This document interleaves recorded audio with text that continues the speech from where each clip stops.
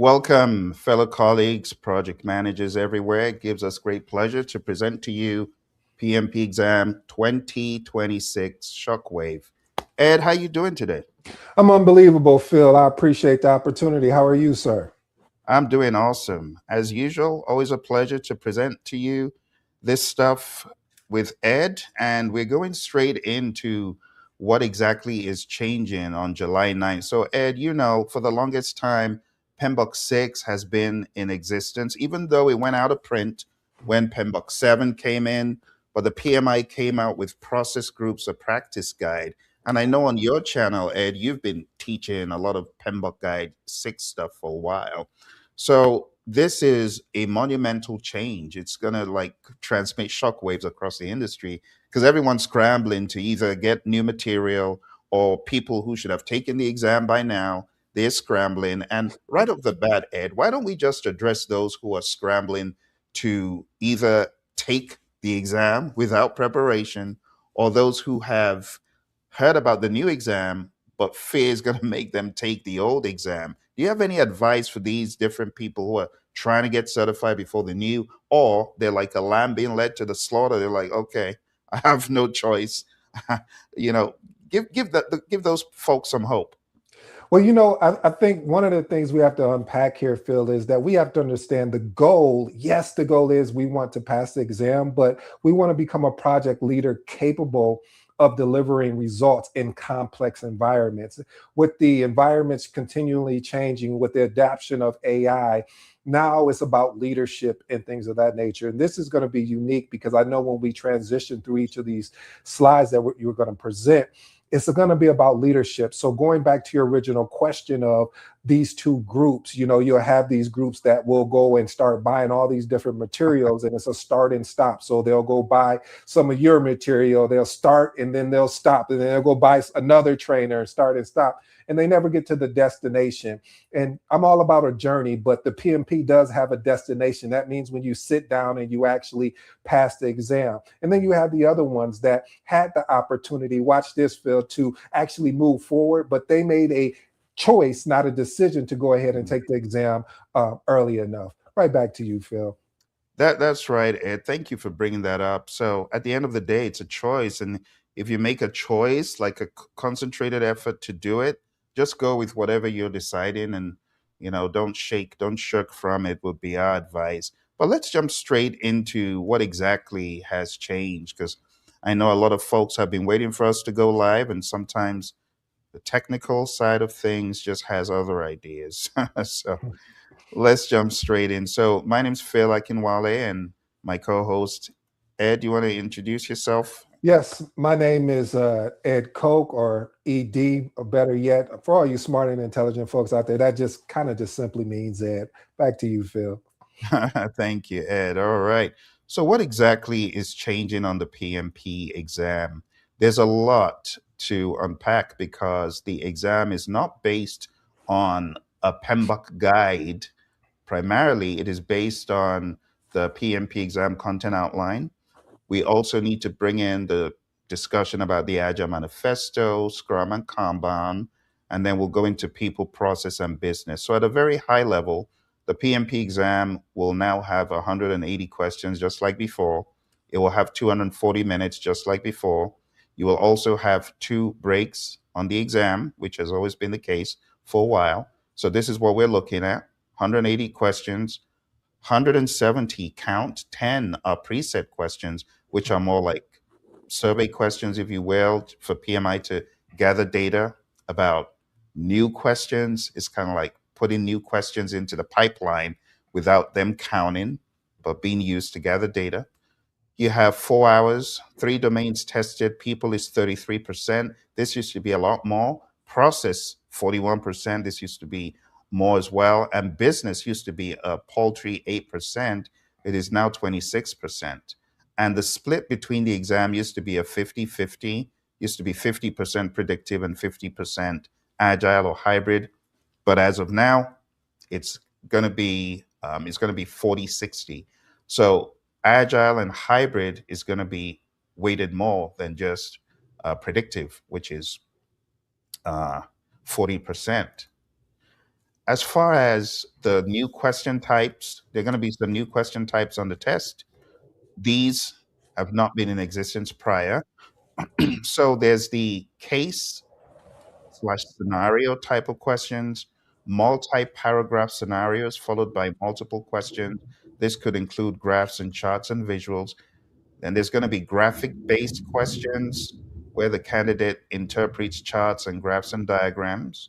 There's going to be the same old multiple choice, single answer, the multiple response, so multiple correct answers. Those ones, Ed, I don't know how you feel about those ones. Those, But yeah, Phil, I feel I want to go back to the other slide because you just said something. And you're good at what you do, and it's funny to me about the 60 and 40% regarding agile and predictive. I'm seeing more and more in the industry, people are looking for that hybrid approach. And so it's just interesting. The exam is actually noticing it too and saying, hey, people are trying to have that more of that hybrid or just basically going with one or the other. So that's a yeah. really great call out, Phil. I just want to make sure the audience knows that as well. Absolutely. Yeah, that's a good call because someone like me, I just see it as normal, but it is indeed an industry shift. People are pivoting a lot more to agile and they expect you to come correct as a PMP to have those skills. Yeah. Yeah. All right. So moving on to the last row of question types, we have enhanced matching. This used to make some of my students pull their hair out because not everybody is good at matching. And, let's be honest, let's keep it 100. The PMP exam is not a measure of, we got to stay here for a second. The PMP exam is not a measure of how smart you are, right, Ed? You No. want to talk about that? You want to talk about that? Yeah. One thing about the PMP is you have to understand how PMI thinks, not how you do your day to day. One of the things that I've seen, especially in my own career, is that sometimes you take what your lived experiences are and you try to apply that to the PMI, which you would think that would make sense, but a lot of times they see it differently, meaning that they look at it more if hey, if you had everything aligned right, stakeholders on board, you got an actual charter and a business case before that to actually fill out the charter. You better stop me, Phil, because I'm going to tell the truth. And then on top of that, you look at where meaning you have a project team that is looking to move forward with you and not trying to make it difficult, understanding that we're all in this together. With that being the case, now PMI is really trying to push towards that ideology. And if you don't learn how to think that way and think from where you came from, I promise you, you will not only not pass, you're gonna walk away and thinking, man, I'm just not smart enough to pass this test. And these are two different things that you're thinking of. Back to you, Phil. That's true, Ed. And, thank you for bringing that up because I've had a lot of people very discouraged when they fail the PMP exam. It's not anything on you. All you need to do is understand how the exam works, how PMI wants you to think, as Ed said. You gotta come with the PMI hat. If you're not wearing that PMI hat, you're not gonna be able to effectively pivot to kill it. So before we go any further, let me just cover this because there might be someone out there whose exam is tomorrow, and this might help you. So you know, regarding all the questions that we're covering, there's a way you need to think, and we're going to share with you how to think. Okay, the way to think, regardless the subject matter, is like this. I call this the PMPI. Okay, and you could call it the PMI. It's a play on words, but the PMI hub is a way you can answer the PMP questions with this mindedness. First of all, we zoom in really close, you'll see we have the overarching process groups, which the PMI now call focus areas. Okay, you have initiating, which is you're kicking off a new project or phase, you're developing a charter and identifying stakeholders. You cannot do this next step, planning, without doing this step. So, what happens next needs to be your watchword. I am developing the charter What do I do next? Right? Oh, I'm developing the project management plan. What should I have done before that? Okay. So there's a progression, there's a sensibility to the PMP exam. We initiate and then we plan, but then you also need to put on your progress or timeline hat, which says, am I initiating the project or am I initiating the phase? Because you could initiate a phase in the middle of the project timeline. So you got to understand PMI's language. This is where PMBOK 8 comes in, because PMBOK 8 still covers initiating and planning, the sensibility of executing the work, monitoring and controlling the work, and closing. So there's one dial of events that is the purple dial. And if you don't know how to dial in, and PMI is asking you a question that is hard logic, right? As far as you got to do this first, then you're gonna flunk that part. So know your PMBOK 8 is what I'm saying, right? Then we have the PMBOK 8 new configuration for governance, scope, schedule, finance, stakeholders, resources, and risk. So we got another layer of language and another progression of events that if someone says, okay, you're developing a WBS, what do you do next? And you say, oh, develop budget. That's not the right answer. After your WBS, you want to go into defining activities, right? Then sequencing activities. Then, if you don't read the small print in PMBOK, you're just going to see three things that happen in schedule, and you're going to forget that developed schedule contains a whole bunch of other stuff now. You get what I'm saying? So, for those skeptics who said, oh, forget PMBOK 8. Don't forget PMBOK 8. If your exam is after July 9th, you better read PMBOK 8. Ed, let's stop here for a second. I know it's going to aggravate some people because they just want me to keep talking, but I'm not going to keep talking. We're going to talk about real world annoyances that you and I have seen, Mhm. where people tell you, I studied for 2 hours and I passed the PMP exam. Ed, please talk to me about that. Yeah, um, you know how to light a fuse under me, Phil. One of the things that I've seen, I recently had a comment even on my channel where they were asking, hey, I just got this Google certification and I'm going to go take a PMI exam. Hey, sounds good. First of all, I want to commend you for actually going above and beyond of going to actually learn your craft. However, one of the things is you want to stay focused and locked in on what PMI is asking. So you want to go take content, meaning you want to go to an instructor like Phil, go to an instructor that's actually going to coach and train you in that particular domain, PMP, CAPM, ACP, whatever that is. Now let's circle back because I wanted to set the stage. One of the things that frustrates me, and maybe I'm being biased, is because of the journey that I had to go through to get my PMP and my CAPM and any other certification out there. When someone can turn around and say, I was able to study, and then in 48 hours, I went and took the exam and passed. Well, that's good for you. But my question is for you is when we sit down and have this question during the interview, or we start talking about concepts, not saying you have to know everything, because of course, PMI, now we're on PMBOK 8.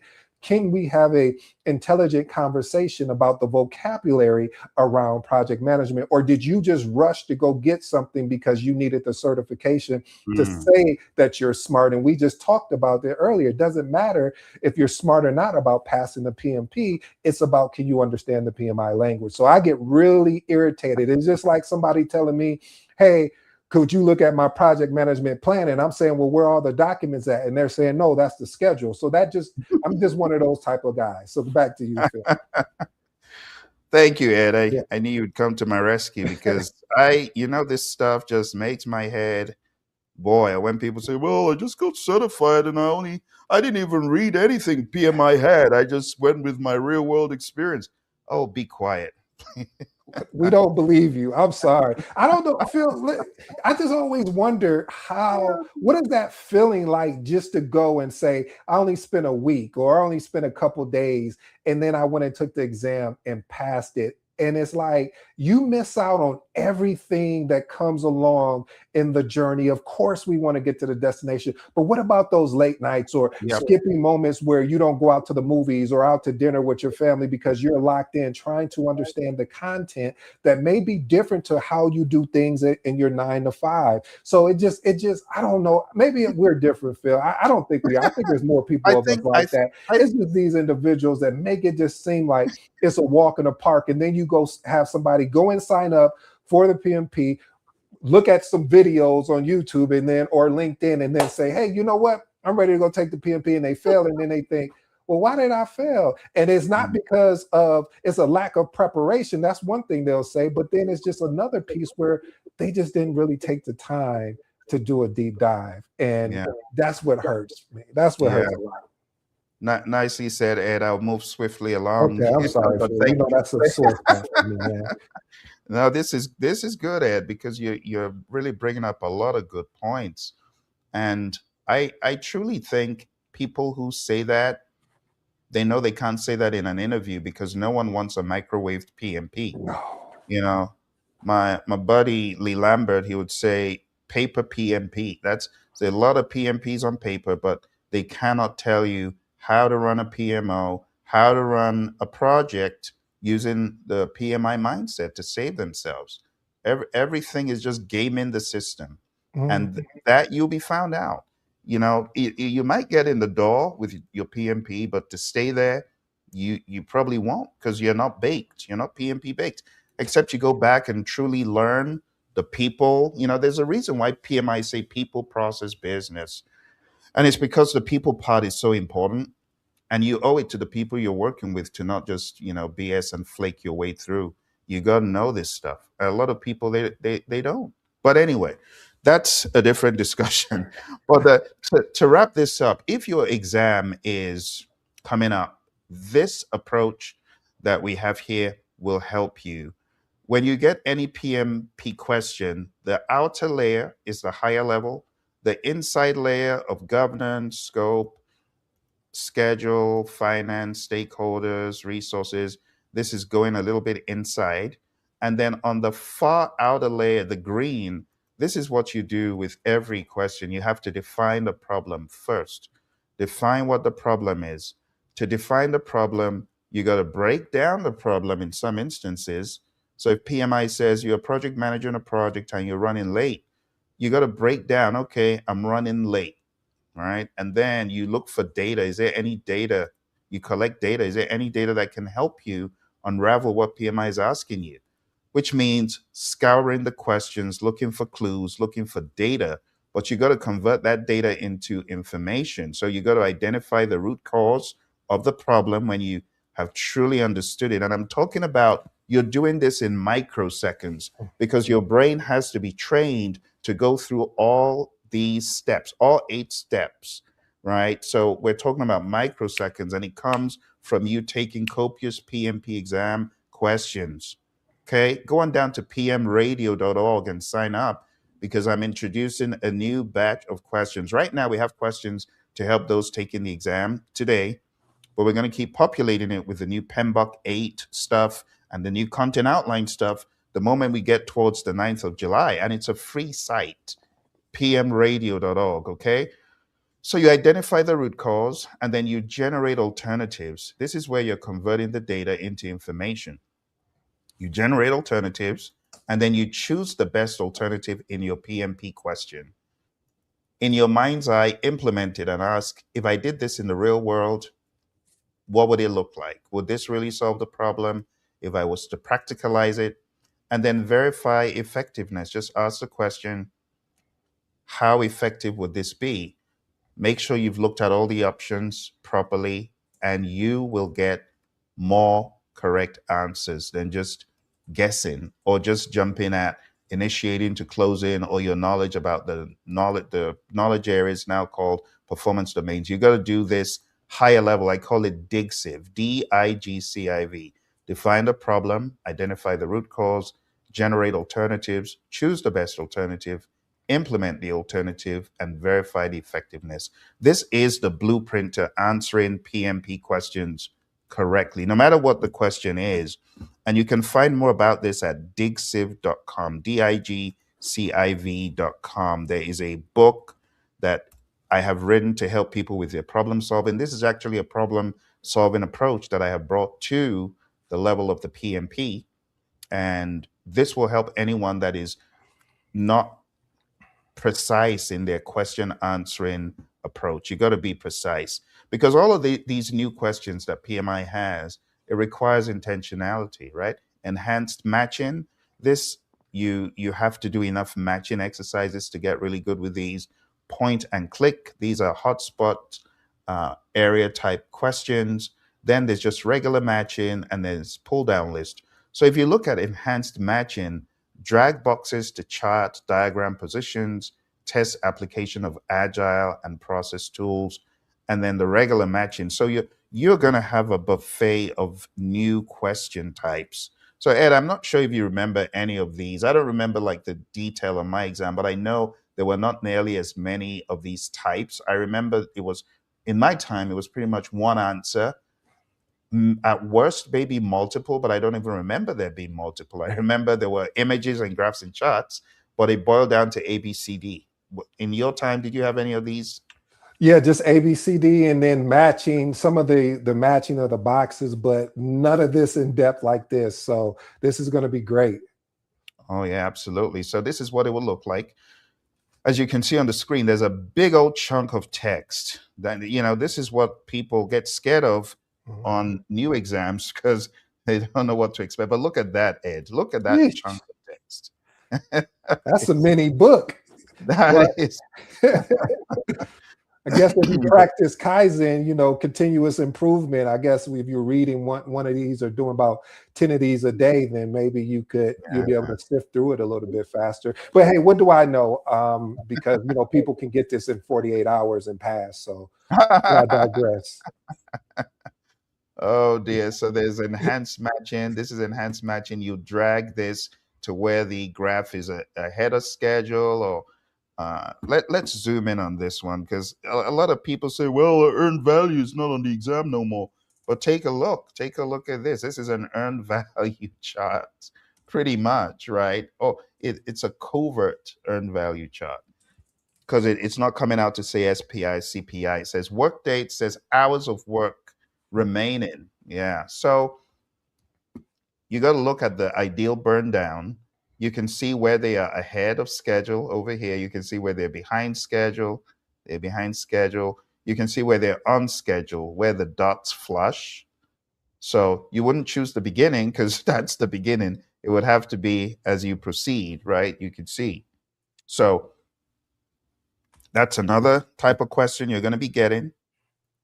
Here's another kind of question. This is a graphic based question. And let's zoom in to see what PMI has here. So you got an Excel file, requirement description. So we got this is a requirements traceability matrix. And then the question is which specific requirements within the Salesforce Salesforce. Salesforce. Mm. Oh dear. I don't know. Salesforce Service Cloud implementation contribute the most to the 4 million in reduced benefit. Huh, the most. So yeah, you gotta read the requirements and know the value, be able to decode the value that it's bringing without getting into the details. So this is gonna make you think. This is why sometimes you can cram all you like and still find the exam hard because this is applying thinking. And it's not just regular thinking, it's a different kind of thinking. All right, then we have multiple choice, single response, multiple response, point and click. We have matching. And last but not least, we have pull down list. So a lot of stuff. Any comments on that, Ed? Yeah, the matching is what I had. I really like that, but I see that PMI is even going deeper with the requirements traceability matrix because that's something you really in the real world you don't see a lot. I wish we would do more of it, but we Mhm. don't. But that's going to be interesting to see how that plays out on these exams. Absolutely. That's true. In fact, a lot of the tools that we've spoken about for years, You go to certain companies and they don't use them. Now, when I was at American Airlines, we did use a requirements traceability matrix, right? We did have documents that, in fact, their PMO was probably one of the most PMBOK compliant PMOs. And during my interview, they were asking me a lot of PMBOK oriented questions. So in some companies, this stuff is used to the max, and in other companies, maybe not as much. But it's going to be interesting on this exam. So let's talk about the PMBOK Guide 8th edition. What exactly is in it? What has changed? This is going to help those who are already PMPs but don't understand what is new in PMBOK 8. So let's talk about PMBOK 8 real quick. So the PMI came out with this late 2025. The 10 knowledge areas that existed have gone away, and instead you have these performance domains. Now, I'm not here to debate the sensibility in changing their names. I'm just presenting the information about what has changed. I don't want to get into a rabbit hole because I could very easily, Ed. You know how Come I am. on, Phil. Don't run from this. We need you, man. Come on. So this is for the people taking the exam. For the PMBOK scholars, we got to do another one of this. Okay. But 10 knowledge areas, now 7 performance domains, 5 process groups, now called focus areas. This is probably one of the more redundant changes that I just think, guys, why? But anyway, I digress. Let's go back to 49 processes and 12 principles to now 40 processes and 6 guiding principles. Let me give you the skinny of it. So, PMI, what they used to call integration management, has gone away. They now have governance, which is pretty much the same function, but governance is calling attention to a more executive like authority framework mindedness. The PMI told us once upon a time governance is a framework within which authority is exercised. So when we talk about governance in this regard, we're talking about processes, procedures, and guidelines to streamline authority and decision making and escalation on a project. So this is the evolved integration management that covers initiating the project through the project charter, planning integration, sourcing a strategy, execution management, quality assurance, knowledge management. All the regulars are here, Ed. It's just like putting a different name on it. And then they've also put in quality into this governance area, which I think is a bad idea. But the quality as a knowledge area has gone, and it's now in here, and procurement as a knowledge area has gone. And you Mm, just say why? What? Because there's an appendix that has procurement, and it's just totally unnecessary. But that's the way it has changed. We now have 9 big old processes. Can you imagine, Ed? 9 processes in one area. yeah, that's interesting, Phil, because when you look at, I know what they were trying to do. I mean, I believe that they were really trying to say, hey, we're trying to support governance and oversight, and then trying to transition that into the real world of saying, hey, this is not about bureaucracy. This is really about creating clarity. But I think it was just too much, Too because much. you may lose out on decisions or accountability, because we know as project managers or program managers, we have influence, not authority. So this is going to be Right. interesting. That is a really good point, Ed, and I hadn't thought about that. And we're more influence based. Mhm. So integration in the past, they would tell you it's unify, combine, coordinate. And that's what you are, right? So governance is a bit of a big word. I would have rather stuck to leaving it in the program standard and the portfolio standard, which it rightfully belongs to. But I think it's just it didn't need to be changed to this, but it is. So let's Mhm. move on. Scope. There are now 6 processes. You got your traditional scope management expanded for agile. So instead of create WBS, they now have developed scope structure.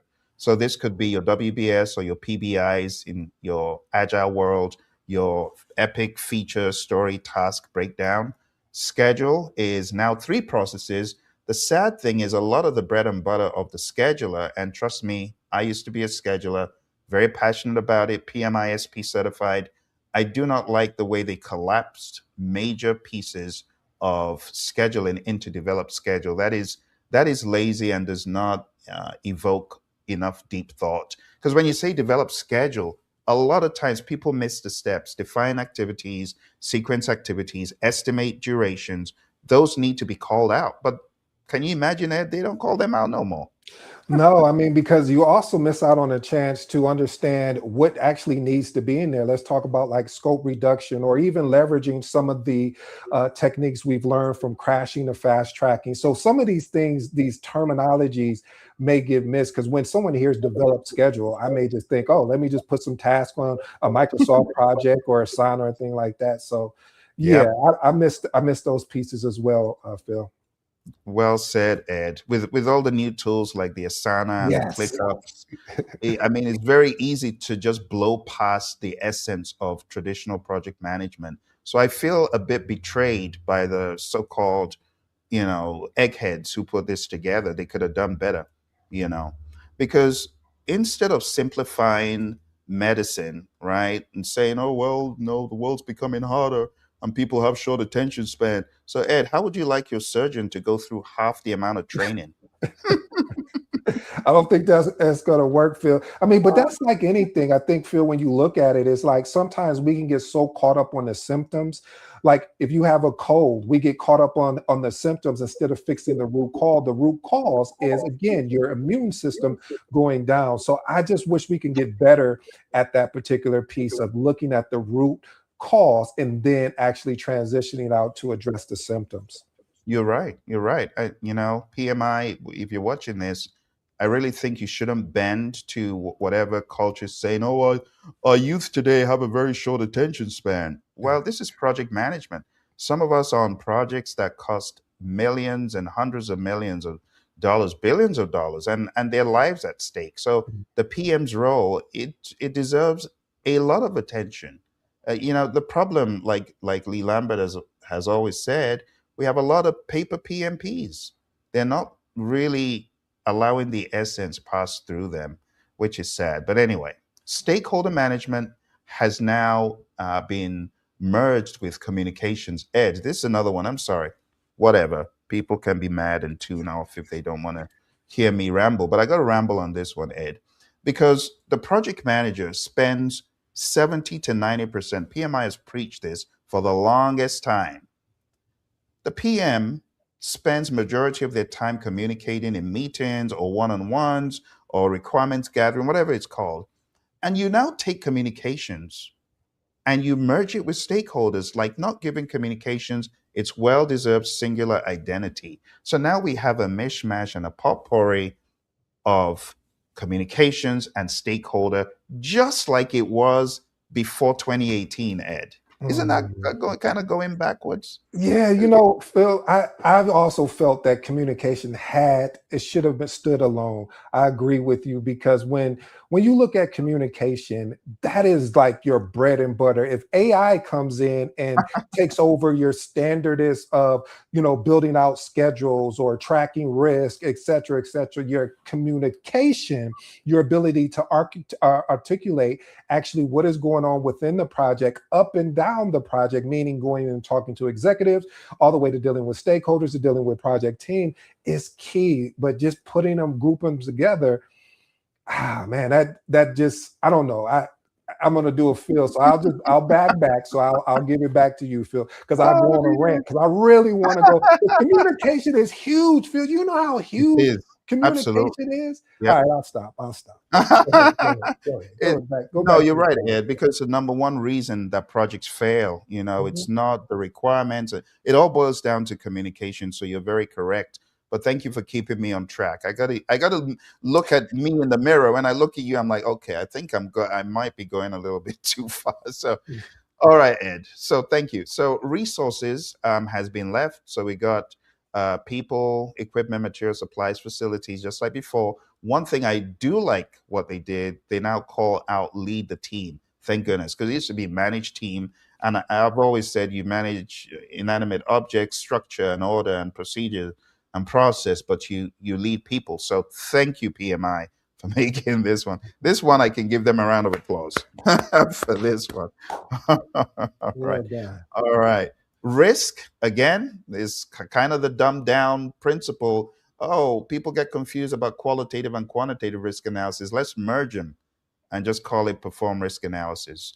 So this is where, again, as a PMI RMP who's been certified, I take offense I take offense in the merging of these two, But Ed, do you have any commentary on the concept of merging these areas and then talking about risk, just bypassing quantitative risk analysis? You want to talk about that for a second? Any thoughts?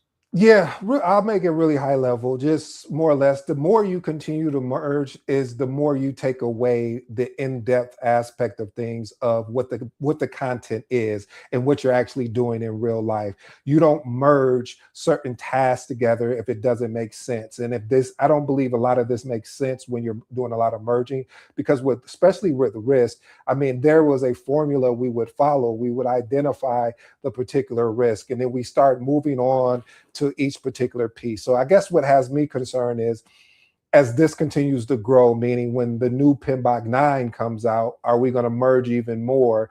Or are we going to understand that, hey, the more we merge, the more we're taking away the validity of this particular concept? Thank you, Ed. Good deal. So I think we just got through everything. I don't have any more commentaries, but I think people get the gist that the PMBOK Guide 8th edition has so drastically changed from the 6th and even the 7th. So if you're holding on to your 7th edition, you might as well just put it aside in your library for reference. I would not suggest you trying to use the 7th in lieu of the 8th. Just get the 8th. If you're a member of the PMI, it's free. Download it, read it, understand what has changed and some of the things we've been talking about. This is what it looks like now.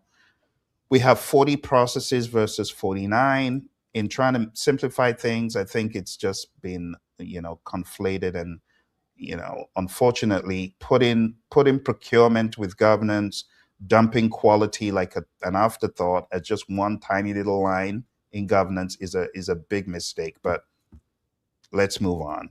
All right. We now have 6 principles instead of 12. I think the 12 principles were great. I had no issue with PMBOK 7, 12 principles, but they've cut them down to 6. These are the 6.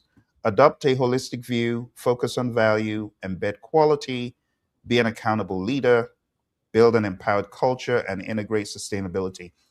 I know I'm going over it real quick, but the each of these could easily be 30 questions apiece. Just think of it like this. When PMI is giving you the new exam, there's going to be it's going to be accompanied by one of these. And adopting a holistic view sounds very simple on the surface, but it's deeper. We're talking about the big picture pragmatism, almost like a mini CEO kind of view. Okay. Focus on value. Again, this is a lot of agile mindedness because we used to think about this in the world of agile more than anywhere else. But now PMI is beginning to, wake us up to the term value and benefit. And those had been buried in the PMBOK guide prior, but now they're really bringing them to the surface. And that is a good thing. We also have the word outcome, right? The outcome is really what matters. So we talk about the value, the benefits, and the outcome. So what are these three? Well, value is your net quantifiable benefit. And then your outcome is when the utility of whatever you've produced is as high as you wanted it to be. And the results are what you wanted them to be, not just the output, but the outcome, like people using the tool, people using the technique or that you've created. Maybe you're working on some SOPs, whatever the case. But there's progress. Embed quality. Again, I find it strange that we're talking about embedding quality, but we removed the quality area and dumped it in one tiny little place. That will not be reflected on the exam because a lot of the exam questions, it will have the Kaizen mindedness and the quality mindedness front and center. Being an accountable leader, oh my goodness, they could run circles around a candidate who doesn't know the world of leadership, especially from an agile perspective. There's certain things we do in the real world, Ed. The real world, you still have a lot of carrot and sticks and people being beaten over the head and being marginalized in a lot of these companies. Isn't that true, Ed? Yeah, I mean, it takes away one thing about leadership that I love when you actually get to live in the leadership hat, or I should say body per se, is that the ability to influence. I think we sometimes get away from that is being able to influence and encourage to say, hey, this is what we're going to do. And we're collaborating together on a plan versus a more of a management type style of saying, here's the task, where you at, such and such. And we're not giving them space to be able to be accountable for the activities that they made a decision to actually sign up and execute on. So we'll see how this goes. The accountable leader. Awesome, Ed. That's right. And then moving on to the last two, empowerment. Only a secure leader gives power to others. We gotta empower our team. We gotta understand that they can get the job done and they can get better results when we just leave them alone. Just be a roadblock remover, an impediment remover. And then the whole concept of sustainability hinges on stewardship, considering people, the planet, and society. These are key. All right. Hey Phil, if you don't mind, I want to Sure. touch on something real quick. It's kind of a combination of what we're seeing here. I'm seeing a lot of organizations as well, and just different conversations of going towards, and I know this will get you excited, is doing more of a value management office, a VMO, because of they're trying to leverage more of a agile type approach or agile mindset. So you're seeing how you're decentralizing management. You are encouraging development environments. You're seeing how for the PMO they're trying to figure this out in the journey. I know the concept here is I know we're talking about PIM by 8, but it's really valid that we discuss this because of what is happening in the industry. We're going to have either a blend of both or make a decision. Hey, which direction we're going to go in. I know you got some great context around this, Phil. Absolutely, Ed. You're very correct. And I've seen the concept of the PMO fail in a lot of organizations and become demonized as a result of people not seeing the trend, as you said, the concept of a value delivery office. For those who don't know, you can see a VMO, as Ed was saying, as a progression, right, away from the modern, the modern evolution of the traditional PMO. As opposed to focusing on templates and tools, a video will focus on whether initiatives actually deliver measurable value. So the PMO might ask, "Are projects being run right?" I used to work with a PMO that actually get into the project manager's world and say, where's your project charter? And you get marked down for either not having this document or for doing a poor job of it. But the video asks, are we doing the right things? And are they producing the right value? So they help provide a different lens. There's also the concept of the COP, the community of practice. That is Mhm. another way you can still meet the same outcome, which is delivering value and having support, as opposed to just the PMO, traditional PMO. And some PMOs still call themselves PMOs, but they serve the function of a VDO, a community of practice, and they get stuff done nonetheless. So I think balance is key. If you already have a PMO and that's what it's called, just make sure you uphold the understanding of people needing different services. Not everybody needs a smack on the head for lack of a project charter, you Yeah. know. But that's the name that a lot of PMOs have. I remember training one of Warren Buffett's companies, and I mentioned the word PMO and was giving them advice. And this was like over a decade ago. And they said, Phil, no, it's a bad word here. Don't say PMO. You know, when we're done with PMOs, we don't have. I mean, yeah, we can't do PMOs anymore. So yeah, that's the real world, and those in the real world, they need to know how to roll with things like that. If you go to a company that has an anti PMO mindset, just know they might have been burned in the past. Mhm. Okay. All right. Speaking of what Ed said about agility and value and stuff, for your PMP exam, come the 9th of July, you cannot escape Agile. It's all over the place. But I would say spend time watching a lot of the videos on the Praizion channel about Agile. We have so many of them now, but we go into the 4 values and the 12 principles. So the Agile Manifesto core values, valuing people over processes and tools, valuing working product over comprehensive documentation, valuing customer collaboration over contract negotiation. and value in responding to change over following a plan, you can be rest assured a lot of the questions will tie to this mindedness. And if you don't have the mindedness, you will just choose the wrong option very easily. We also have the 12 principles, that ever since 2018, when the PMI put a whole lot of agile in the sixth edition. Agile has been big on the PMP exam, and very recently, the PMI is now in control of the Agile Alliance. So I'm not even surprised about the 60%, because it does make sense to have more agility in whatever you do. Point blank. Period. Right, Ed? Yes, 110%, Phil. I know where the industries are going because right now there's a game called speed to market. Whoever can get to the market and actually experiment and figure out what worked, what didn't work, and then circle back is going to be very important. So this is why when these people got together, what was this in February of '01 to create this particular 12 principles. It's funny they haven't changed, Phil. But I digress. I'm just thinking out loud. Sometimes my mind does that. That these principles are really good. That discusses the manifesto. Absolutely, Ed. Well, thank you. We got 12 of these principles. I'm wondering if any of these jump out at you as being one that you feel is most applicable to real world, or one that might be your favorite. I think for this one, you know, I'm gonna take the Burger King way, and that is probably principle number one.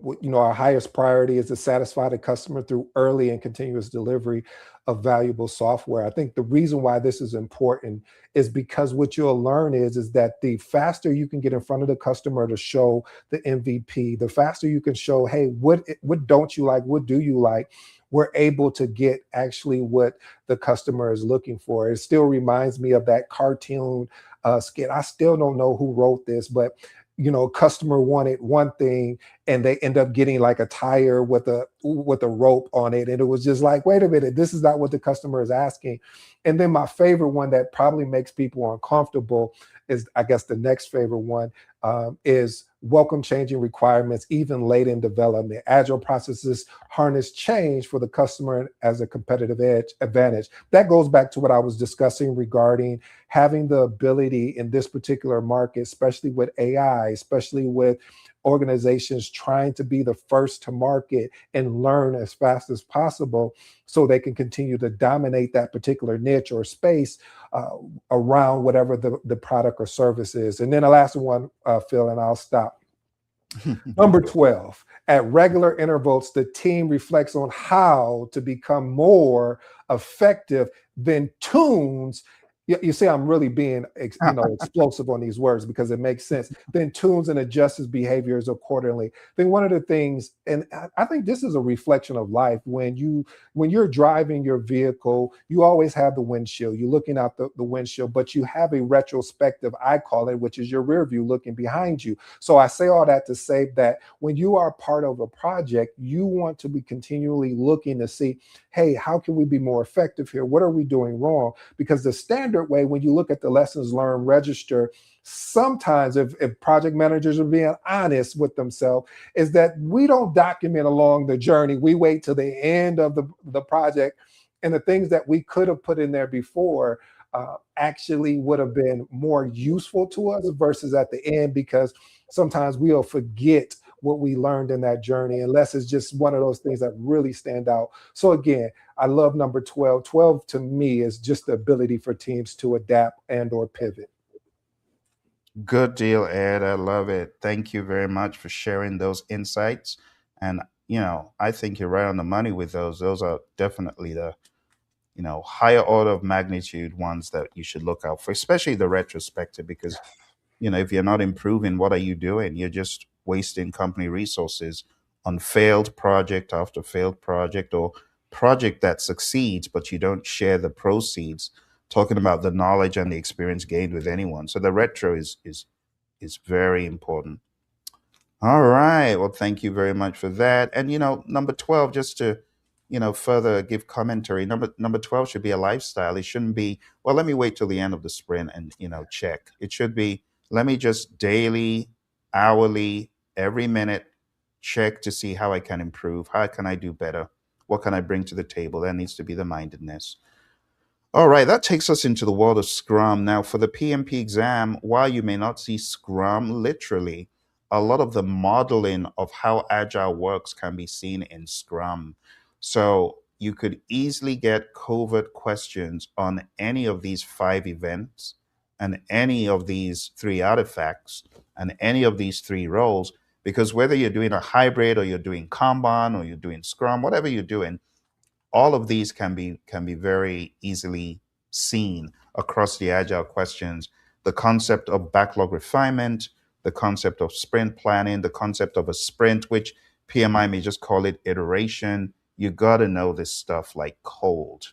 And because the exam is now 60% agile and hybrid, if you don't know your scrum, it could be bad. So know your scrum, not just parrot fashion, but it's like a squishy, soft, if you're talking about processes and tools in PMBOK being hard and just there in your face, well, agile is more like a squishy soft toy that you gotta understand. And it's more brain than brawn. I just say that. Agile is more brain than brawn. And if you don't get into the mindset of agility, you might find it harder than someone who's grabbed it. I have a lot of students who found Agile so easy to grasp, and that was why they passed their PMP easier than others. And I'm talking about as far back as, you know, 2 or 3 years ago when PMI upped the ante on the Agile piece in 2021. Yeah, a lot of people, they got by just understanding good agile, the principles, the values, how Scrum works, the Scrum values, because a lot of people don't know the Scrum values. I would encourage you to go to scrumguides.org and read up the Scrum guide and really let it marinate, because this could be your golden ticket, some of you. So Scrum has got the three roles, the five events, and the artifacts. The purists will say, call them events, don't call them ceremonies. The purists, I'm not going to go after them today. We got too many things to do. But then we got the artifacts as well. Talking about Kanban, you also need to know how Kanban works. You got to understand the principles, the mindedness. I love Kanban because it's a start where you are approach. It doesn't have as much heavy guardrails or process as some of the other agile frameworks do. The key concepts of WIP limit, cycle time, lead time, throughput, you need to know those for your exam. The PMI has the Agile Practice Guide right now, which is one that you definitely want to read until the second edition comes out. We still are on the first edition of the Agile Practice Guide, but it's a great read. And for those of you taking the current exam, um, yeah, you can find all of this stuff in the Udemy course that I have out there. It's called Elite PMP. So you can look for Elite PMP. We go into all this stuff pretty heavy. And then we go into the content outline as well. So come July, we're going to be having a round of training on this new outline, which will be done in front of a live audience. Because, Ed, I don't know about how you do with online learning that is just a talking head with text. I find it hard.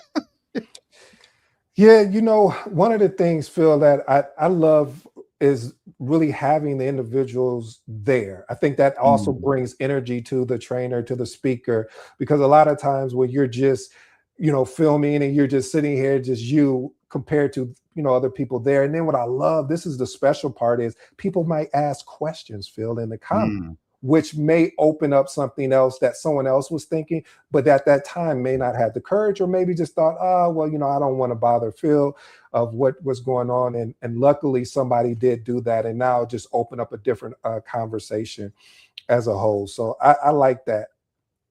that's a really good point, Ed. Thank you for that. And for those my friends on Instagram, I haven't checked the chat, but I want to encourage you, if you have questions, now would be a good time. Our friends on Facebook and LinkedIn and YouTube, If you have any questions, please drop them in the comments. We will be more than happy to take any questions about project management, about CAPM, even PM, whatever your question is.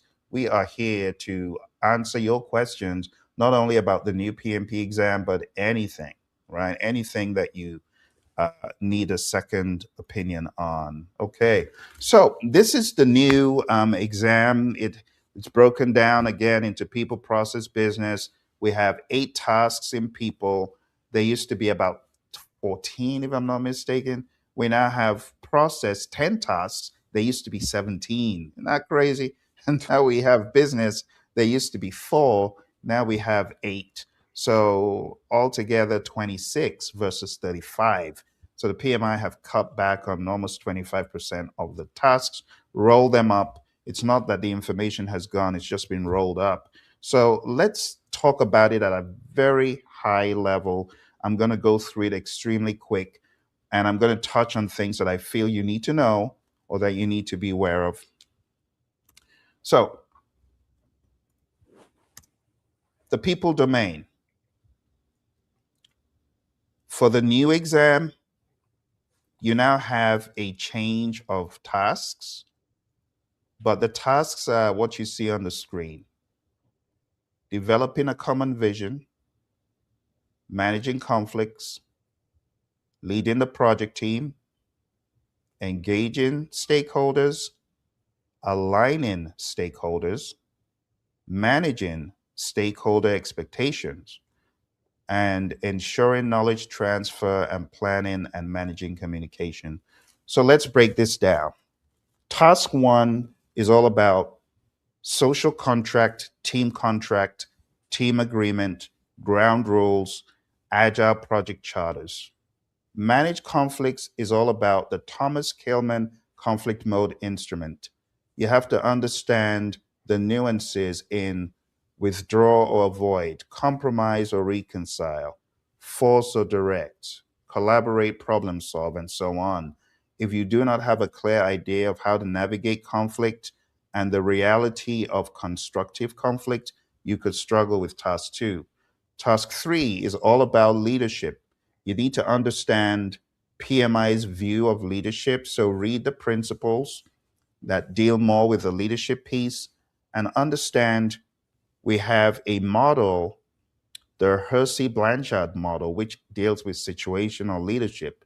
You don't lead everyone the same way. If you don't understand the Hersey Blanchard model, or you don't understand the basic tenets like Maslow, McGregor, Vroom, Herzberg, you're just going to blow past them and say, oh, these are all these old 1960s theories. I don't need to understand that. But they could be baked into the question because they're just human behavior type of ideologies. And if you don't understand those, like physiological safety, love of belonging, esteem, self-actualization, Maslow's pyramid, and you get questions that don't have it explicitly but have it baked in, the questions will appear hard. Engaging stakeholders, you got to understand there's a difference between identifying them versus planning how to engage them and then engaging them. How do you engage stakeholders from an agile perspective? It says you got to work together daily. Business people and developers should work together daily. So you need to put on that hat. Okay. Ed, any comments so far on these first 4? I think one of the things that stands out to me is what you actually talked about, Phil, which is task three: lead the project team. I'm so grateful that PMI changed the ideology behind that and the context to make it about lead the team, because leadership equals influence. So having the ability of when you know you lack authority, but just being able to have the influence over the command. Back over to you. Thank you, Ed. That's a really good one. The whole idea of influence will continue to dominate on the PMP. It's a very important concept. And then we go into 5, 6, 7, and 8. So aligning stakeholder expectations, it's not a one-time alignment. You align the expectations in the beginning, contrary to what a lot of students think. Okay, I get my project charter and off I go. No, not so quick. That's not the case. In the world of the PMI, your project charter needs to be shared with stakeholders through a number of meetings to align depending on the size of your project. So, right from the get go, if you come in with a project charter without aligning stakeholder expectations and just feel, well, the charter says anyway, so shut up and get in line, that's a bad that's a bad approach. Your project charter is etched in stone, okay, but you still have to share the vision, right? You still have to be a vision recaster. You have to recast the vision to stakeholders and get them on board. Otherwise, you can have a lot of resistant stakeholders. So aligning stakeholder expectations happens in the beginning, but it continues. Managing stakeholder expectations is again different. When you align expectations all through the project, you have less schism. Managing stakeholder expectations is not only communicating with the stakeholders with an intent to engage them, but it's also working with them so that their expectations are upheld and current.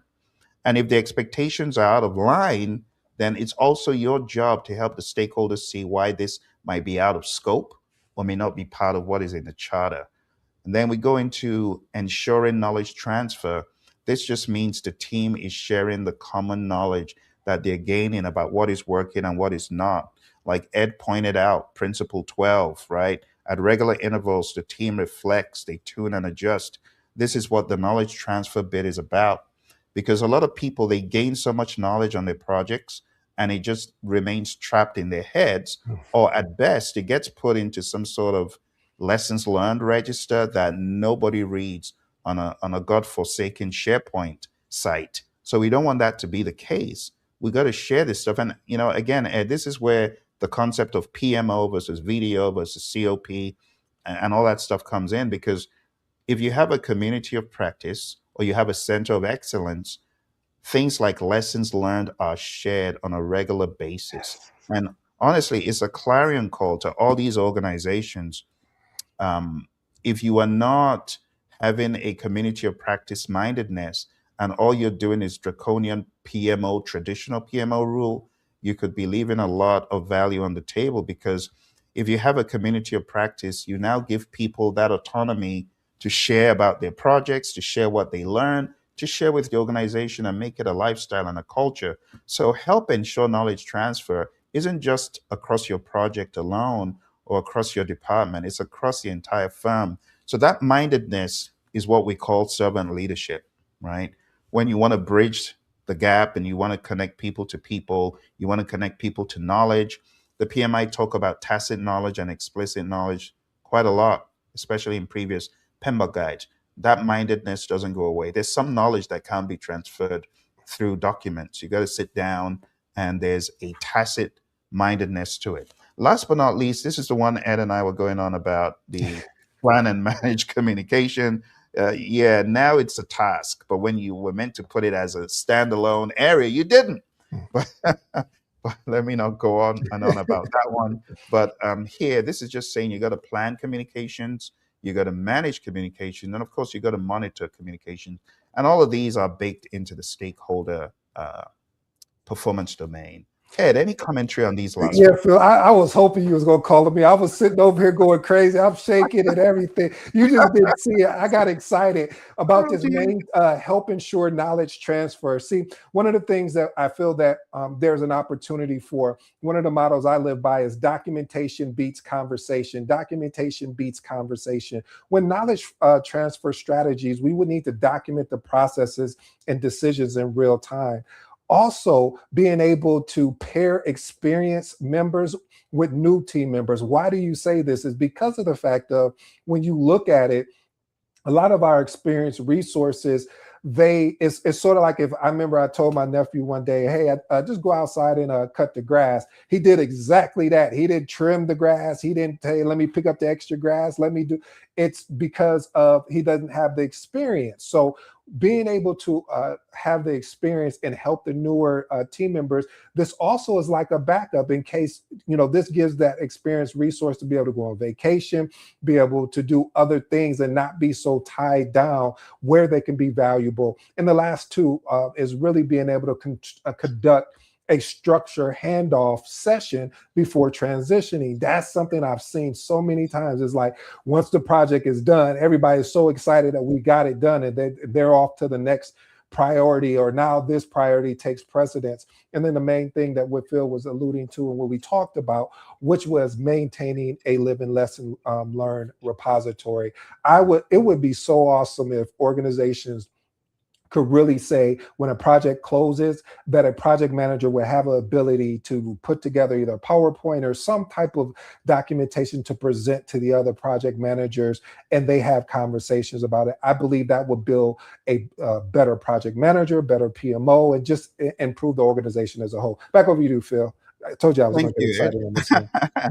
No, this is value stuff, Ed. I appreciate that. Thank you very much. So that's domain one. Now, a very quick tour through the world one more time of the people domain. All right. So this is you, the project manager on your journey. You develop a common vision. You're involved in managing conflict. You're involved in leading the team with courage and with vision. You're involved in engaging your stakeholders. You're constantly aligning their expectations and managing the expectations. Three out of eight of these are all stakeholder, stakeholder, stakeholder. That should tell you something. After all, it's people, right? Which other people do we work with other than the team and stakeholders? So it's all about stakeholders. And lastly, you ensure the knowledge transfer and you plan and manage communications. Okay. So that is the first domain. Let's go to the second domain. Domain number two. This is the process domain. You have 41% of the exam. Remember, this could come from agile, it could come from hybrid, it could come from predictive. You've got 10 tasks. All right. So, task number one, develop an integrated project management plan. Remember what Ed was saying? It's not a schedule alone. The schedule is part of your plan. But when you think about integrating a plan, there's a number of things that have to go in here, and I'm going to point them out to you, or at least give you some memory joggers for those of you who might be new to this stuff. So, in your project management plan, we want to have things concerning scope. We want to have a scope representation in your plan. We want to have a schedule representation. We want to have a finance representation. We want to have a quality representation. We want to have a resource representation. We want to have a communications representation. We want to have a risk representation. We want to have a procurement representation. And we want to have a stakeholder representation. And then we want to have a change management representation. On top of that, we want to have a configuration management representation. So don't just be blindsided by looking only at the PMBOK 8 performance domains. There are additional things that you need to have on your integration list, right? Develop integrated project management plan comes from the word integration as it was before PMBOK 8. So you got to remember when we talk about integration, it's everything that you could possibly have in a project management plan. So develop integrated PM plan is more far reaching than the domains, performance domains you see in PMBOK 8. Okay. So develop an integrated PM plan. Number two, develop and manage project scope. That just means do everything you need to do to effectively manage scope, whether you're in Agile, whether you're using a product roadmap, and then we talk about release planning, we talk about iteration planning, we could call it sprint planning. All that stuff you do is scope, breaking down your PBIs from epics to features to stories. Some people even use the word themes. And then ultimately, you get down into the level of the developers in the world of Agile. All of that stuff is part of developer managed scope. Number three, help ensure value based delivery. Just means that you've got a value mindedness and you're delivering value incrementally. There's always a way you can deliver some value in increments. We're not talking about delivering output. but delivering value, that mindedness is important. So I want you to remember that. Task four, plan and manage resources. We're talking about all manner of resources: human, equipment, material, supplies, facilities, virtual resources, which PMI introduced the concept a lot clearly on the eighth edition. All manner of resources, you need a plan for them. And lastly, plan and manage procurement. This is where it becomes evident that it was not a prudent idea to take procurement out of PMBOK 8 in the way they did by just putting it into governance and just axing that knowledge area. What a pity. What a pity. In fact, I just did a training out in Scotland, and one of the biggest stakeholders that was interested in what was being done was from procurement. and Hmm. and he sat down in the training because he could identify, oh, I see how project management could add so much value to procurement and the procurement team, vice versa. And I was really interested in it. Now we've axed procurement. I don't think he's going to be coming back to the training. I don't think the poor guy is going to come back. But anyway, we have these things. We have plan procurement, we have conduct procurement, and then we have control procurement. This is how it was, and this is how it shall be because it is what it is. We plan how to purchase what we need from outside of the firm. Then we conduct the procurement by actually going through the proposals that are returned from our RFPs. So we have RFPs and RFQs and RFIs that go out in planning. These go to vendors, and then we have the conducting of the procurement. And lastly, we're going to control whatever contract has been put in place. So the concept of procurement, it does not go away, even though it is missing as a standalone area. I know it's in the appendix, but I'm not interested in it being put in the appendix. It needs to come back as its own area. Something just makes sense. But anyway, I'm rambling. Ed, please comment. No, Phil, I do miss that because I really love just, I look at it as an 8 step phase approach when it comes to RFI. And I'm really talking about RFIs and RFP, just being able to have that internal preparation, issue the RFI, then analyze what our responses are, and then we'll build our RFP from there. But I'm going to park there because that's only 4 steps. But procurement, I am noticing, and maybe it's just me, I'm noticing more and more of that. And the reason why I'm noticing more about procurement and then building more in-depth procurement departments is because of costs. The costs are going up and down, and so having a solid procurement department allows you to use leverage on things maybe you've bought from a vendor compared to if I'm a project manager, you're a project manager, and we're buying asynchronousness. It doesn't give us leverage. So this is one of the reasons why I love having a solid procurement department alongside working with the actual project manager in this particular case. I also appreciate one thing that what I get again, what PMI was trying to do with the procurement management. The concept, the pure concept is, yeah, plan and manage procurement. But then on the other side of the core truth is vendors do not eliminate risk. They shift risk. Vendor management may require communication, accountability, and oversight. So really the question that you could propose or propose is how have I should say, how many have inherited a vendor contract negotiated by someone else? Like, have you got a contract that's been negotiated by someone else? And how have you been able to turn that back around? So that's how I look at it, Phil. And I'll turn it back over to you because I will ramble on because I started becoming really passionate about procurement because I started seeing some of the gaps, meaning on the time. I mean, we'll start the initial discussion and it's like 30 to 40 days out and you're like, why? We already know who we're going with, etc. So I'll digress and turn it back over to you. Oh, you're on mute. Don't worry about it. I can step in and assist you on the resource management. So we talked about one of the process domains of resource management. And I don't know about you, if you ever led a project, one of the challenges that you have is negotiating competing priorities. So you got this person as part of three other projects. So we have to do better at planning for constraints, and this is one of the things of the PMI concepts: being able to plan and manage project resources appropriately. Even though in the real world, we know project managers rarely manage resources directly, they have to negotiate for resources and competing priorities. Often they create some type of challenge with that manager. You back up, Phil?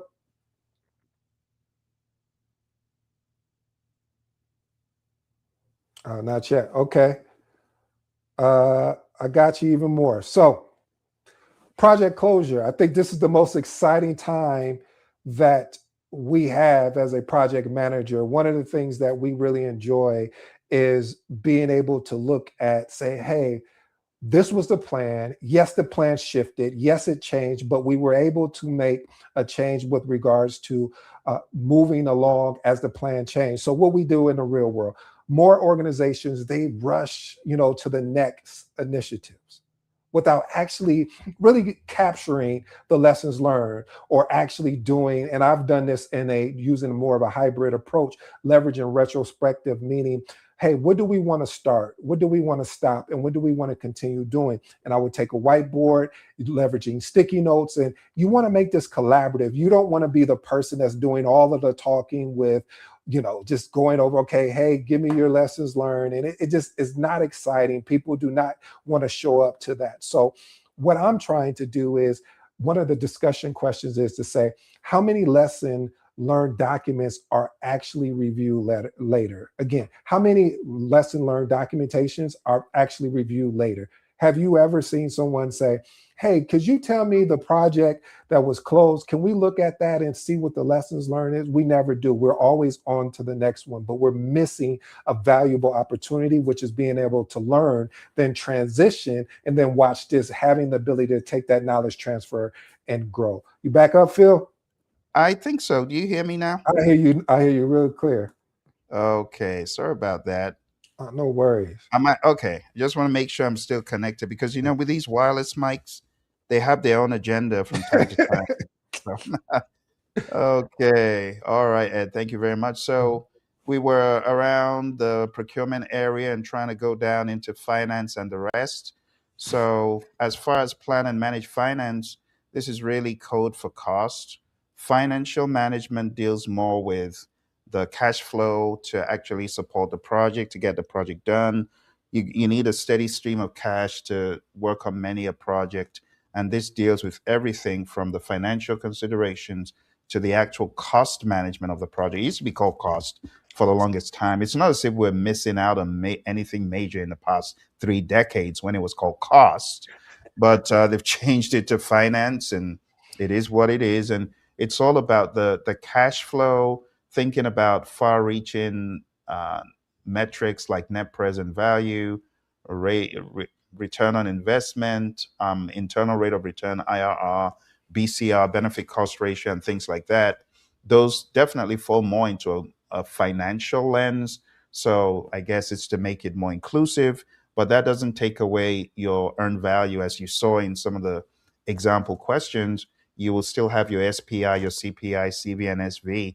That's not going away. And then we get into plan and optimize quality. Again, quality used to be its own standalone area. Plan quality management, manage quality, and control quality. There's a difference between quality assurance and quality control, which is why I don't really think it makes sense what was done by just dumping one lone process from quality into integration. That, in my mind, diminishes all the great work of Bill Smith and Michael Harry, my mentor, rest his soul, from the Six Sigma world. You know, the whole idea about Six Sigma is quality oriented. So just leave it at its standalone area. Ed, it's like going to a restaurant and you get a poor service, as you've told that story before. But you get a poor service, it's quality. You get a great service, it's quality. You get a memorable service, it's quality. You go to Disneyland, you want to go back. It's everything is quality. So the output has a huge quality anchor, and planning and optimizing quality is huge, which is why I want to call on all PMs. Out of sight should not be out of mind. Just because it's not a standalone domain doesn't mean it's not important. As you can see, it occupies a 1 in 10 on the exam. So it should still have its own standalone area in your heart. When we talk about Principle 12 that we just saw in the world of Agile that Ed mentioned, that is also quality, right? Your retrospective is quality, it's tuning and adjusting. So when you see plan and optimize quality on the exam, it's going to come dressed up with some humans. It's going to come dressed up as some retrospective, some lessons learned. It's going to come dressed up as um, defect repair. It's going to come as some action you need to take to get the project back in alignment. So PMI has always spoken about corrective action, preventive action, defect repair, and updates, and they all come with quality. Then we have number 8, plan and manage schedule. That just means do everything that is schedule related. And again, remember from the agile world, when we talk about quality, everything that we do is anchored back to some sort of quality mindedness. Even our daily scrum, even our sprint review, that's quality. So keep that in mind. And then when we talk about schedule, in the world of Agile, we have a fixed time box. So it's a different mindedness. Just remember that the iron triangle is now on its head. So you have, as opposed to um, a flexible schedule, you have a fixed schedule in the world of Agile, and scope is flexible. Okay, you have fixed schedule, fixed cost, flexible scope in the world of Agile. In the world of predictive, you got to remember that you plan your schedule management, but then you define the activities, you sequence them, you estimate the durations, and then you develop the schedule, which is putting everything together. So don't forget that progression. And as far as task 9, evaluating project status, this comes up mostly in the monitoring and controlling aspect. But when we evaluate project status, we're looking at all the dimensions: schedule, cost, scope, risk, procurement, stakeholder, everything. Your project schedule, your project quality, your finance, everything comes into the project status. It's not just some red, yellows, and greens. The the far-reaching implication of where you are and what could happen as a result of your current performance is really what we're talking about here. Not just are we late, are we early, are we on schedule? No, it goes beyond that. So you gotta think forward. You will get questions that ask, what should the project manager do next, more than anything else. And then task 10, manage project closure. In order to manage closure, you got to have your final reports. You got to already have your deliverable being approved by your customer, like earlier on. But these are some of the things that should happen. We have something that the PMI would call administrative closure, and that just means all the paperwork to effectively close. So there's things that you would do, but there's also paperwork that you would go through. And in the world of Agile, we don't formally, in quote, close a project. We're thinking more in terms of value streams. We're thinking more in terms of product value. And you could very well get to a point where customer says, okay, enough. We got what we want. We don't need to continue. So you just close out the sprint. You're always ready to close, right? Every sprint could be your last sprint. But as long as you're going with that mindedness, that PSI mindedness, the potentially shippable increment mindedness, maybe that's your final increment, and you close and move on. You close that sprint and you move on to the next adventure. So that mindedness is important. Okay, over to you, Ed. Anything about these other 5? I think one of the things you called out, Phil, and I skipped over it, which was evaluate project status. I think the exam insight for transparency matters more than appearance. I think a lot of days, maybe if I just testify and I'll make it quick, where we used to make the appearance of the status report look really amazing and attractive. But underneath, there was a piece that was missing, which was transparency. I think, when I was growing up, my mom would always tell me, she'd say, well, son, I'd rather you be honest with me and I find out now so that way I can protect you later versus me finding out later. Then I can't do that. What am I saying there with that short story? I'm saying that's the best way to be transparent with executives. Stop hiding behind colors of red, amber, and green. Just be upfront so that way they can give you the proper support, whether it's around one of those triple constraints caused schedule, scope, or quality. So again, just look at that. So that's all I'll say, Phil. Thank you, Ed. Good deal. All right. Well, Ed, we're done with people and we're done with process. And now we're going on to business. Is my mic still okay? Yes, you're good. Cool, cool. Thank you, Ed. Okay. So let's move on to just having a quick recap of the 10 processes, tasks, I beg your pardon, that we just talked about. Here we go. All right. So from the very first one, develop an integrated project management plan and plan your delivery. Develop and manage the scope. Help ensure value based delivery. You got to identify the key components and make sure value is being delivered. Plan and manage resources. Plan and manage procurement. Manage the project closure.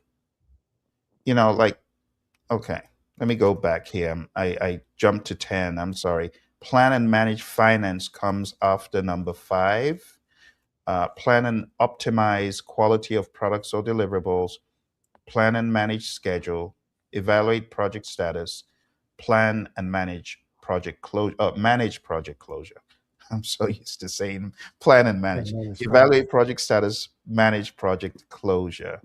All right. So when you look at them with this 40,000-foot view, they don't look that intimidating. It's until you open each one up and you see there's a lot of stuff that is in each. But this is 41% of the exam. It's very significant. Just remember, this is not all about PMBOK 8. This is about agile as well. And it's about combining agile and predictive in ways that this does not go into. Final one, we have domain 3, business environment, 26% of the exam. It's a little bit different from what you've covered in the past in that there's more tasks. So for this exam, we have number one, define and establish project governance. Again, governance is a framework within which authority is exercised. There has to be some structure. There has to be something in place as far as exercising authority, people following the right chain of command, decision making, what do I have autonomy in, what don't I, and so on. In the world of agile, it's a lot easier to just think, okay, we have these guardrails, but we deal with team leadership, we deal with team management. So it's a self-led, self-managed, self-organized team. Okay, task two, plan and manage project compliance. You got to be in compliance. Just put on that compliance hat. And if you're not in compliance, you got to know the ramifications. Why are we not in compliance and what could happen as a result of us not being in compliance? So when you get questions that talk about regulatory, pay close attention. Task three, manage and control changes. This is talking about all manner of changes on the PMP exam, they like asking questions about what to do next when you get a change request. So the line of thinking needs to be you could get a verbal request, but that verbal request needs to become a change request, an actual change request.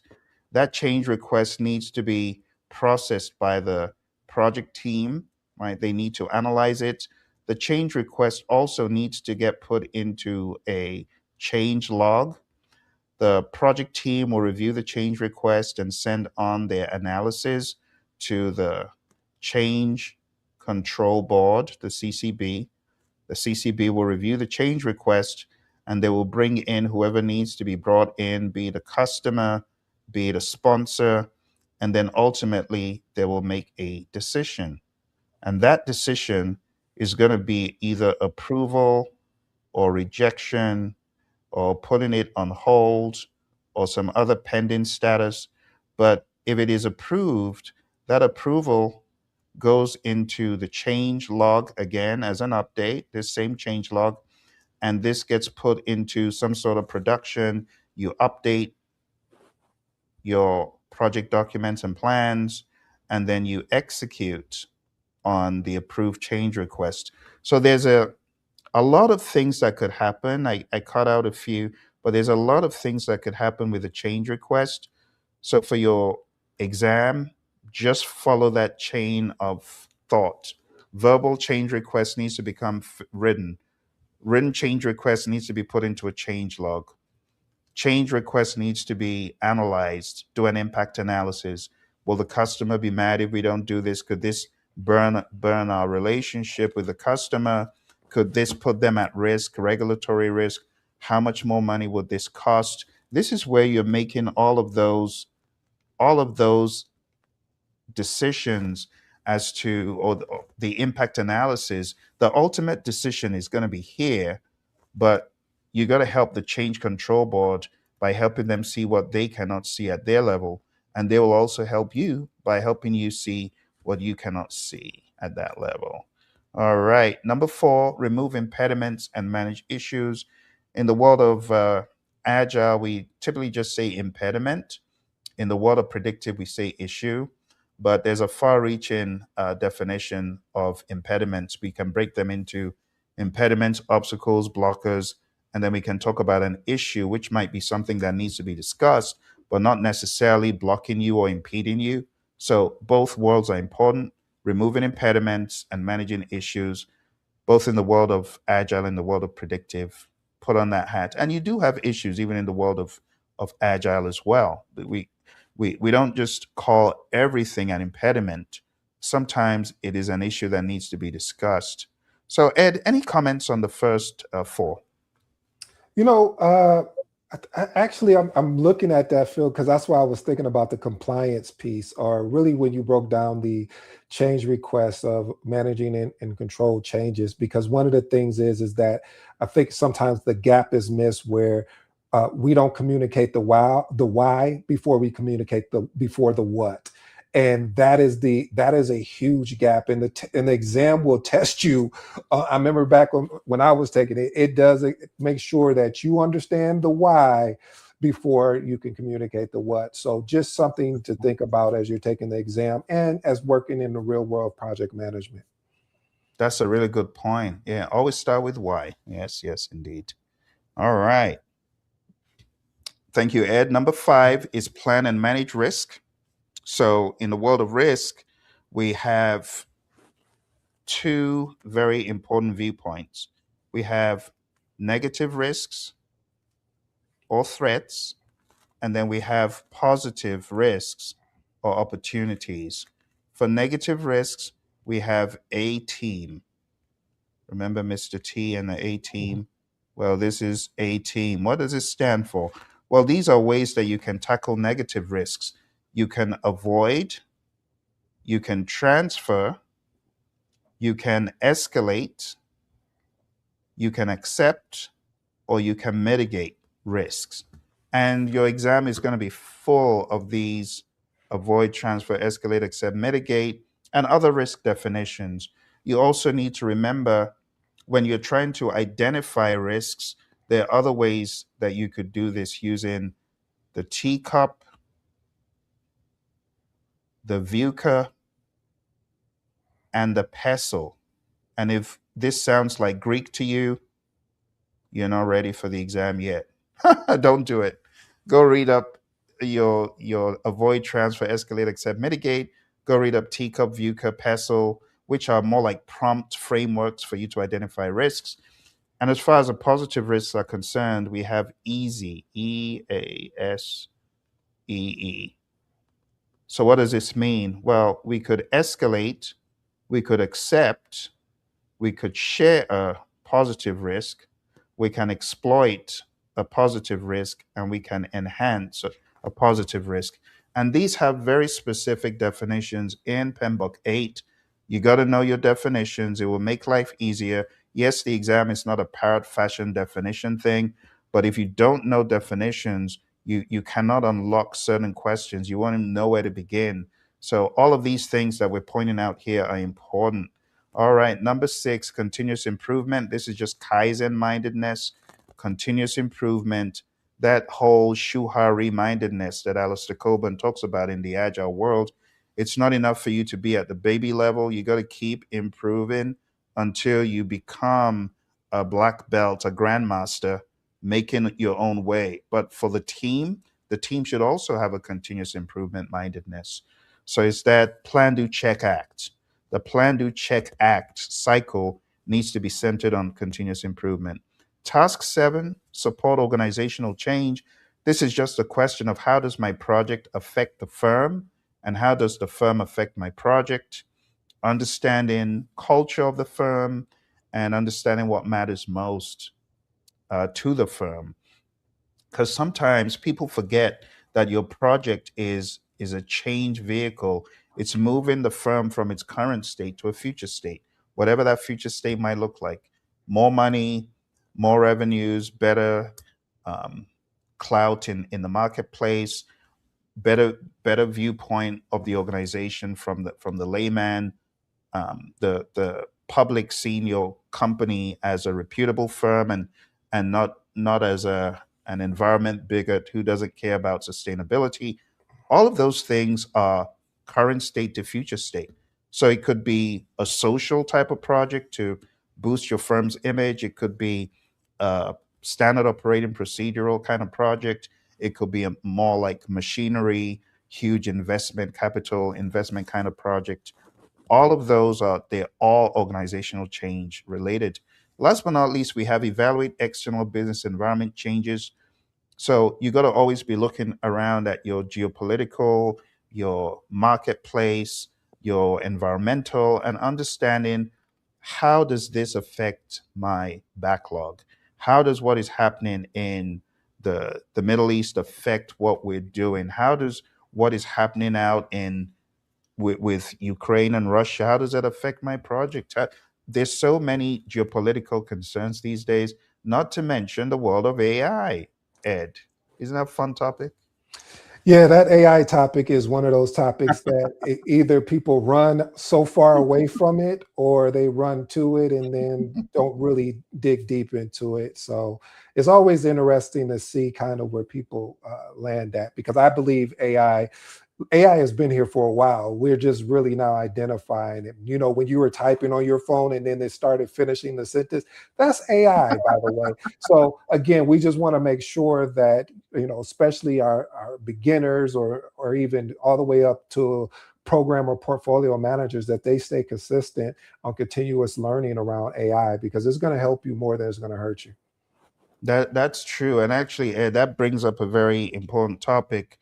That in the PMBOK 8, there is now a section in on AI, and it has like the boilerplate definitions that people just need to know for this exam. So let's call your attention to go look at PMBOK 8, go to the appendix, go take a look at the AI piece and make sure you understand what PMI is saying there.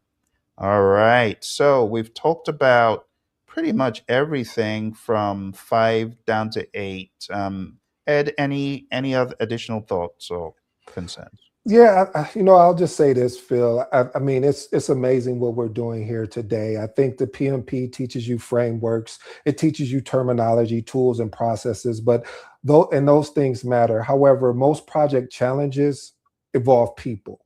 And so being able to have leadership, communication, influence, and decision making as you're taking this exam, or I should say, prepping for this exam, that you want to be cognizant of those things: leadership, communication, influence, and decision making. You've seen that distribute actually demonstrated here today, but I just always want to make that known, because a lot of people will go get their PMP, CAPM, ACP, whatever the PMI certification is, and then they'll forget about the most important part, which is people.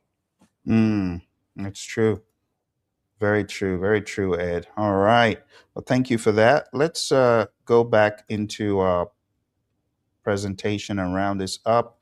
So we have define and establish governance, plan and manage project compliance, control changes, manage issues, the risk, the continuous improvement, the organizational change, and the business environment. So let's have a very quick recap going through our usual adventure slide. So this is what it looks like. Okay, number one, define and establish project governance. Describe and establish the structure, the rules, the procedures, the reporting, the ethics, the policies. It's funny, we hardly even mention the PMI Code of Ethics and Professional Mhm. Conduct. It comes in here. And you gotta mark off that you've read it before you submit in your exam application. Number two, plan and manage project compliance. confirm compliance requirements, security, health. There's all sorts of compliance, PCI compliance, regulatory compliance, sustainability. You got to make sure you're keeping your eye on all that. Then we got manage and control changes. I went through that in great detail. We got remove impediments and manage issues, whether it's an obstacle that you need to go around or it's a blocker that's stopping you dead in your tracks. This is a job of the scrum master and the project manager, and we need to make it the team's thing to go after these things. Number five, plan and manage risk. I kind of went over the most important parts of this. Number six, continuous improvement, the Kaizen mindedness. Number seven, supporting organizational change. And number eight, evaluating the external business environment changes for the impact on your project scope. So we have gone over every single domain. As a reminder, my friends, the people domain, 33% of the exam, the process domain, 41% of the exam, and the business domain, 26% of the exam. All right. So, a few reminders for you as you get ready for this test. Master the 60-40 split. Think of scenarios, not definition. If you're cramming PMBOK guide and thinking that will help you, it will not end well on the exam. That is not the way to do it. You got to go over copious amounts of questions. Ed, what would your estimate be for how many questions people should go over? Rough. Phil, that's like asking me a question of saying, how rich do you want to be, or how wealthy you want to be? As much as I can, or how much money I can get, Phil. So I'll answer this being objectively, being transparent. Is I would probably say, at minimum, I would want to do, if possible, no less than 400. Like I want to see Yeah, everything. I want to be able to get in, absolutely. sets and reps. I absolutely agree, Ed. Thank you for that. Yeah, you got to do, and honestly, you have all sorts of questions you need to do, process questions, task questions. You need to come from all angles. So Ed is not exaggerating. If you've not taken 400 minimum, I think that is a gamble because we have namby-pamby questions, easy peasy questions. You're not taking like really crazy questions like what we showed you in the beginning. You're not doing it right. I don't know if you folks were all on the call when Ed and I started, but in the very beginning, we showed you PMI's new question types, just in case you forgot. Let's just hone in on the new case or scenario question type. Look at this long and hard. This is just the question. This is not even the options, just the question. As Ed said, it's like a mini book. So we want you to look at this long and hard. Honestly, like we talk about people's attention span, you can barely get through this whole thing without being distracted because there's a lot. You're going to have to go back. And so there's a name that comes to mind. I'm going to put his name on the screen. Do whatever you will, make what you will of it. But this guy is an expert in thinking quick and reading quick. And ironically, his name is Quick. Jim Quick. I believe that's how we spell his name. Help me check it out, Ed, and see if you can find Jim on YouTube. But Jim used to be out there on social media a lot, and he's done everything from working with the people and Marvel to help them with their quick thinking for their roles in the Marvel universe. Believe it or not, he's done everything. But he's very helpful in helping you to read quick, speed reading. Speed And reading. if you're going in for the PMP, did you find it? No, I was agreeing with you. Yeah, he's a speed reader. I learned from him too. Like he has a book. Yeah, but go ahead. I'm sorry, Phil. Go Yeah, ahead. he does have a book out there. So when we were telling you like what will the PMP do next, and all of these other question types, learning from Jim might be helpful because he shared just a few. I just listened to a few tips, and I mean I wasn't even taking an exam, but his tips helped me. I believe his tips helped me to now when I read to read even quicker. So check him out and just listen to what he has to say. All right. Change control is non negotiable. Servant leadership needs to be your default. So think about empowering the options that deal with empowering the team, coaching, supporting, those work really well. Now, when it comes to beating people over the head, like direct control, forcing people to do stuff, those are usually the worst answers. Surface problems early. The PMP exam rewards PMs who identify issues early. Value delivery over compliance. And this is just saying if a project is on track but no longer creating business value, the PM must surface that. And first action questions are going to be very big on the exam. What should the PM do first? What should the PM do next? Assess, analyze, evaluate, understand, all that stuff. You can be rest assured you will get such on your exam. All right. So that is it as far as the high level view of your exam. Someone says, which book should I read? Well, PMP Exam Immersion is going to be out by July 9th. That would be a book I recommend because we break it down just as I've shown you across the tasks.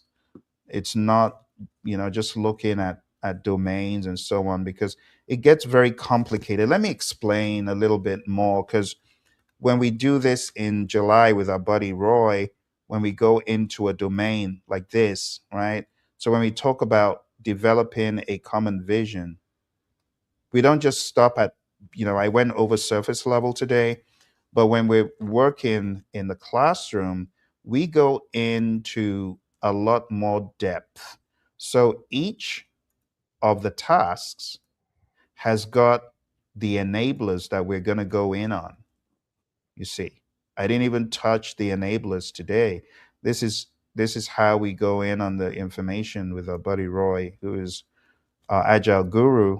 So we have a very solid agile perspective to every task, and we have a very solid predictive perspective. And that's coming up late July, early August for those of you who want to be part of that curriculum.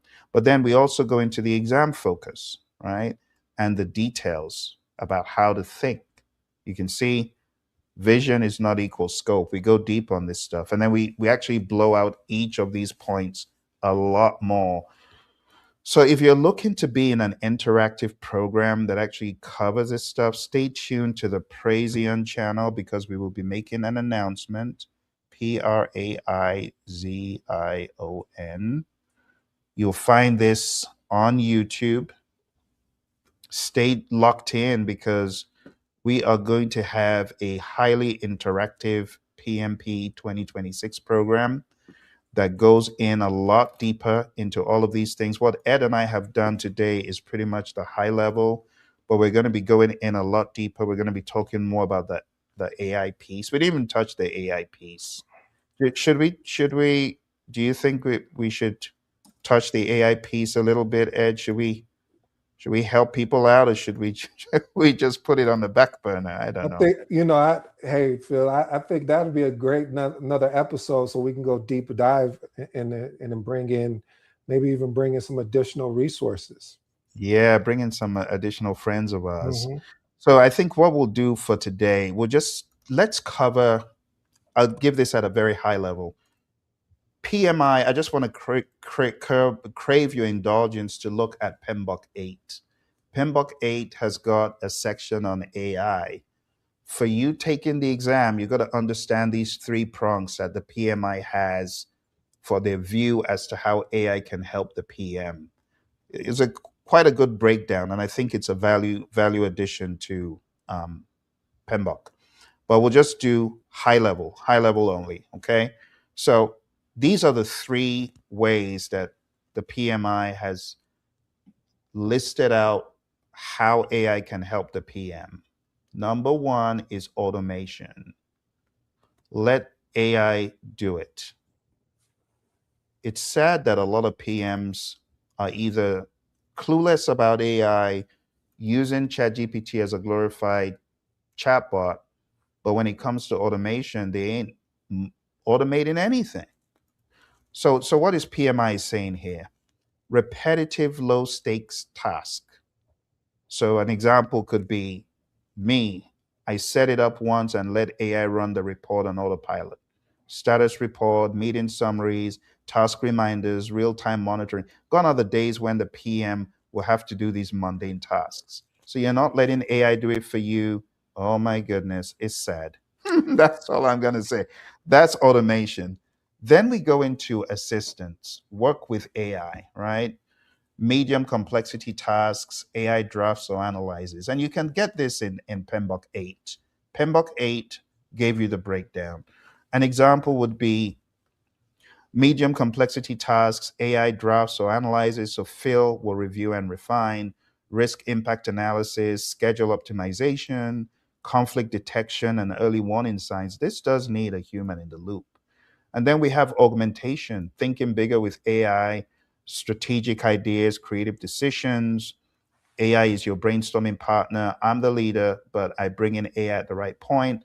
Portfolio balancing, stakeholder sentiment, risk identification, and idea generation. This is the summary, right? This is the core framework. Go to PMBOK 8 and read it up before you exam. This is the next piece. This is the only piece that has not existed in a previous PMBOK guide, and I want to encourage you to go read it up. We have several more slides, but as Ed said, we got to make it another day, another time. If you have any questions right now, Ed and I will like to take them. Please drop them in the comments. Ed, I'm going to go off and check the Instagram really quick Okay. and see if we had any people leave comments. But do you see any comments in there for now? Not yet. Did post in there the channel. Put Jim's channel in there just in case if you want to learn about speed Oh, thank reading. you. Yep, and then Awesome. have the Praizion channel. So yeah, we are looking good so far. All right. And Insta Vivek Rise, thank you for coming through on Instagram. I'm just checking our Instagram. Shout out to Akiluminati, Eyes on the Prize, the the Broma, the Bromaco Queen, Explore, uh, Michaela 37, all of you who came through, thank you very much. I don't see any questions in the Instagram. What about on the YouTube, Ed? Do you see any questions come through? Nothing yet. Nothing coming Okay. through yet. I'm checking YouTube. I also got Okay. LinkedIn pulled up just to look over there just to see what Okay. what I kind of, I activity. kind of, I kind of lost track of LinkedIn. Yeah. Yeah, so I'm looking on both. I'm looking on both here. Okay. Good deal. Good deal. Let's see. I don't see anything on LinkedIn either. So I'm just gonna. Yeah, I don't see anything on LinkedIn. Everyone's at work. It's Monday, but Yeah. we had to do this today because the exam is coming up really close. I think this is the final week, and then next week, wow, we're in the first week of July, and the exam's going to hit the week after that. So we had to do it now. Any closing comments, Ed, before we? Yeah, I'll just say this. I say the journey that you're on, please enjoy it because, I know you want to get to the destination and I'm rooting for you. Phil is rooting for you to sit and pass the PMP, but enjoy the journey as you're moving forward and you're learning and make sure that, as this new stuff is coming out, uh, be prepared because it's going to be a change and anything, I know a lot of people don't like change, but change is necessary, especially for the climate that we're in as far as automation and AI and just organizations are moving faster. So back over to you, Phil. Thank you, Ed. Well, thank you very much, all of our viewers across Instagram, Facebook, YouTube, LinkedIn, all of you who came through on the different channels. We appreciate it. If you got any questions, make sure you drop them in the comments below and make sure you look out for the Praizion channel where we'll have more information about our live class, where we'll be covering all of this. As Ed alluded to, you kind of bounce off each other's energy. You get questions in that help you better understand the material. It is so much better to be in a live online class than be in a death by PowerPoint or the talking head kind of format where there's not a whole lot of dynamic interaction going on, which is why I would highly advise our course. Okay. It's going to come with everything you need, and we're going to be making an announcement late July for those of you who want to learn for PMP 2026 forward. Okay. Thank you all very much, and looking forward to hearing from you in the comments. Bye for now.